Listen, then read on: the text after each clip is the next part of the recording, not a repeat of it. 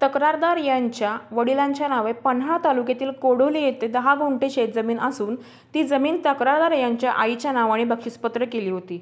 बक्षीसपत्र पन्हाळा येथील रजिस्टर कार्यालयात 10 जानेवारीला दाखल केले होते. 11 जानेवारीला गावडे यांनी तक्रारदार यांच्याकडे येऊन सर्कल माळगे यांच्यासाठी काम करत असल्याचे सांगून बक्षीसपत्राची नोंद करण्यासाठी आमच्या कार्यालयात काम आल्याचे सांगितले. त्याची नोंद करण्यासाठी सर्कल माळगे आणि माझ्यासाठी 2,500 रुपये द्यावे लागेल असे म्हणून लाचेची मागणी केली. याबाबत तक्रारदाराने लाचलुचपत विभागाकडे याची तक्रार दिली.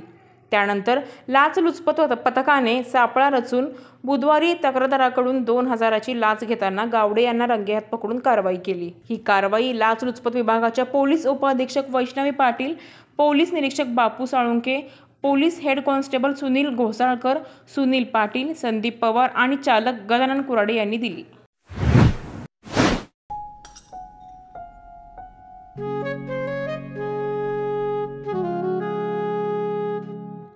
बाबा, आज येताना बासुंदी घेऊन या ना. अगं, कालच आपण आईचा वाढदिवस होता म्हणून आणली होती ना. ऐकलं, गोकुळची बासुंदी पुन्हा खावीशी वाटतेय. खरं सांगू, मलाही खावीशी वाटतेय. पुन्हा पुन्हा खावीशी वाटणारी गोकुळ बासुंदी.